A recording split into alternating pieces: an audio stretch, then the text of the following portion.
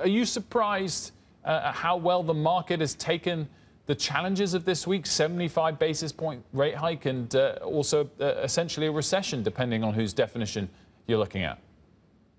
Well, good morning, Wilfred. I'm excited to be here. And gosh, this week has been an incredible week in the market. And really, July has been a welcome reprieve from a really a brutal first 6 months of the year. So, I don't think we can declare victory just yet. Really, to see a true bottom or a trough in risk assets, we need to see a peak in inflation. So we've seen some good earnings reports, but I don't think that we've really seen peak inflation. So, I think that there's likely more to come. So I don't think we're out of the woods just yet, but please go ahead.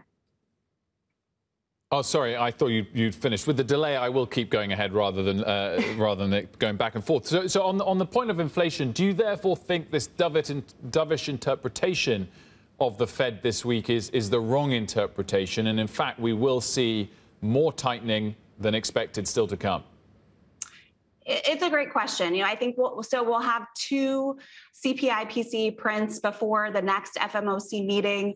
Powell's comments this week in that they're not going to provide clear guidance and they're going to be very data driven.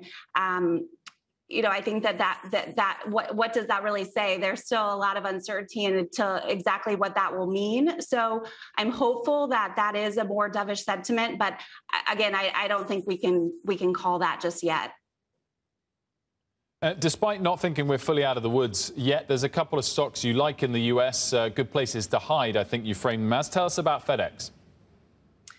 Yeah, so FedEx we like because, if you think about companies that have secular tailwinds that should really help overcome some of the macroeconomic headwinds we're facing, FedEx is trading at a discount to its peers. It's 42% discount to UPS.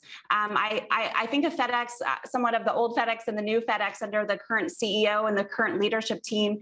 I think that FedEx will continue to benefit from really leveraging their pricing power, better efficiencies through their core services with ground